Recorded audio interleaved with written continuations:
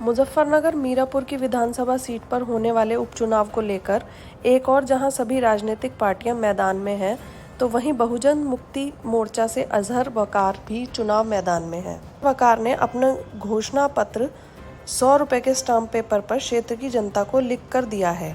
उनका दावा है कि अगर वह जीतकर विधानसभा में जाते हैं तो वह अपने किए सभी वादों को पूरा करेंगे। मुजफ्फरनगर की मीरापुर विधानसभा सीट पर लगातार चुनाव प्रचार चल रहा है और जहां एक और बड़े बड़े गठबंधन मैदान में है, तो वहीं बहुजन मुक्ति पार्टी से अजहर वकार भी चुनावी मैदान में है। और इस वक्त मेरे हाथ में यह जो पर्चा दिख रहा है, इसे ये अब कैंपेनिंग के दौरान सभी को बांट रहे हैं, जिसमें 100 रुपए के स्टाम्प पेपर पर उन्होंने अपनी 14 मांगे लिखी है। मांगे क्या, उन्हें वादा कहे। इनका दावा है अगर इनकी सरकार बनती है या ये जीत कर आते हैं तो यह सभी 14 जो वादे इन्होंने किए हैं वह लागू करेंगे। और अधिक बातचीत करने के लिए हमारे साथ इस वक्त मौजूद है अजहर वकार साहब, जो इस वक्त भोपा क्षेत्र में अपनी कैंपेनिंग कर रहे हैं। स्वागत है आपका। बहुत बहुत शुक्रिया। सबसे पहले तो मैं शुक्रिया अदा करूंगा आपका, आपके चैनल का और आपकी टीम का। ये आपने 100 रुपए के स्टाम्प पेपर पर अपना जो एक मैनिफेस्टो जारी किया है, इसके बारे में बताइए। देखिए, आज तक जितनी पार्टियां सत्ता में आई हैं, उन लोगों ने जनता के साथ जो वादे किए, तो वादे करके वो लोग पीछे हट जाते हैं और जनता को ठग लेते हैं। एक तरीके से आप ये समझिए कि हर बार जनता को ठगा जाता है। जैसे जब बीजेपी की सरकार बनी तो बहुत सारे वादे किए गए। रोजगार का वादा किया गया, 15 लाख देने का वादा किया गया, शिक्षा को बेहतर करने का वादा किया गया, चिकित्सा को बेहतर करने का वादा किया गया, लेकिन वो सारे जुमलेबाजी हो गई। और उन्होंने खुद कहा भी है कि ये तो सब जुमलेबाजी थी और कुछ जनता के हक में नहीं हो पाया। तो इस वजह से हमने अपना जो घोषणा पत्र है, जिसके अंदर हमने 14 वादे रखे हैं, और ये 14 वादे जनता की ज़रूरत हैं।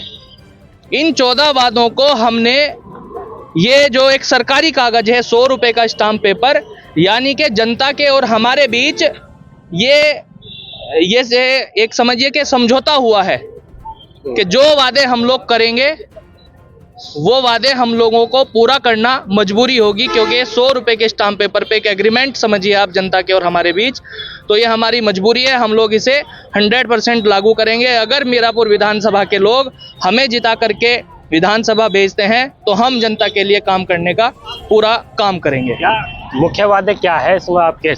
देखिए, इसमें अगर मैं बात करूं तो सबसे पहला जो वादा है चिकित्सा का वादा है। मेडिकल इश्यूज जो हैं उन्हें हम बेहतर करने का काम करेंगे। शिक्षा के ऊपर हम लोग काम करेंगे।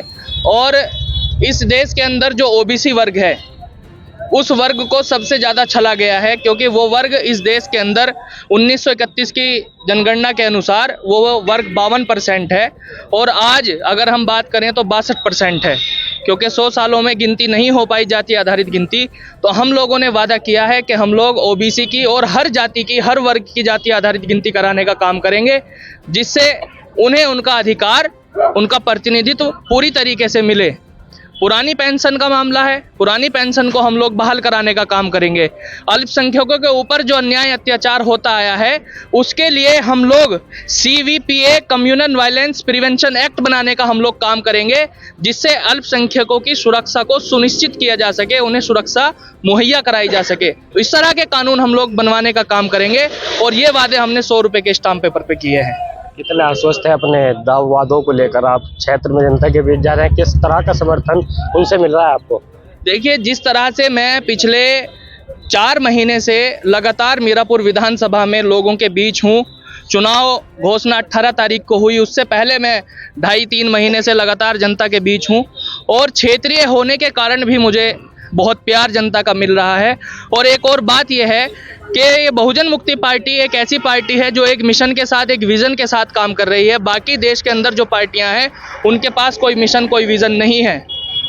हम लोगों के पास विज़न है, मिशन है, और लोगों को ये पार्टी अच्छी लग रही है इस बार। और लोग पूरे देश भर को मीरापुर विधानसभा से ये अलग जलेगी, और मीरापुर विधानसभा से पूरे देश को, पूरे प्रदेश को एक नई दिशा मिलने वाली है। बहुजन मुक्ति पार्टी का प्रत्याशी जीत के अगर विधानसभा जाएगा तो 2027 में हम लोग उत्तर प्रदेश का नक्शा बदलने वाले हैं।